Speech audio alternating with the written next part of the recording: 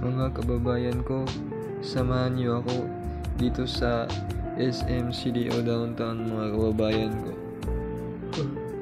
Kasi itutour ko kayo sa loob ng SM CDO. Sa labas, mga kababayan ko, yan ay fountain. Napakalamig dyan kasi mahangin ang area na yan sa SM. So pumasok na tayo. So ito, mga kababayan ko, sana naman matulungan nyo ako sa cravings ko, mga kababayan ko. Nag-cravings talaga ako sa Hilux. Saka pumasok din ako, mga kababayan ko, sa SM, sa National Bookstore yan, sa second floor. Hindi ako sigurado kung second floor or third floor ba yun. Cravings ko talaga yung mga magkwet na yan, mga kababayan ko. Kaso wala akong pera pambili. Tsaka pumunta din ako sa toy store kasi nakamiss ako sa mga ganyan mga backhoe na yan kasi pang engineer yan Tsaka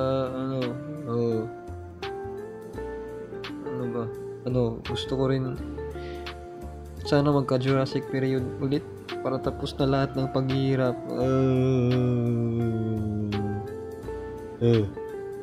Tsaka pumunta rin ako sa hardware para tingnan yung mga mga lights, mga lightings na yan para sa future house namin 10 years from now siguro.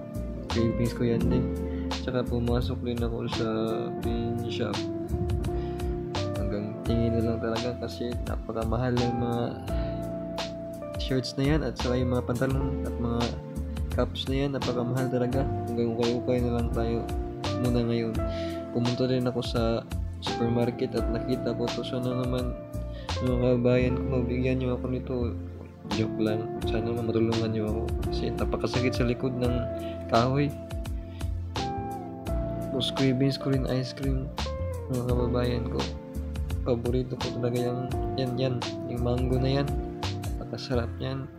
Kaso walang pera, hanggang cravings na lang talaga tayo. Pasuyo naman pa-view lang ng video na to. Baka yumaman tayo, makabili na ako niyan. Tapos gusto ko rin talagang ma-improve yung muscle ko. Kaso wala akong pang-sustain ng protein diet. Kaya hanggang tingin na lang tayo ngayon.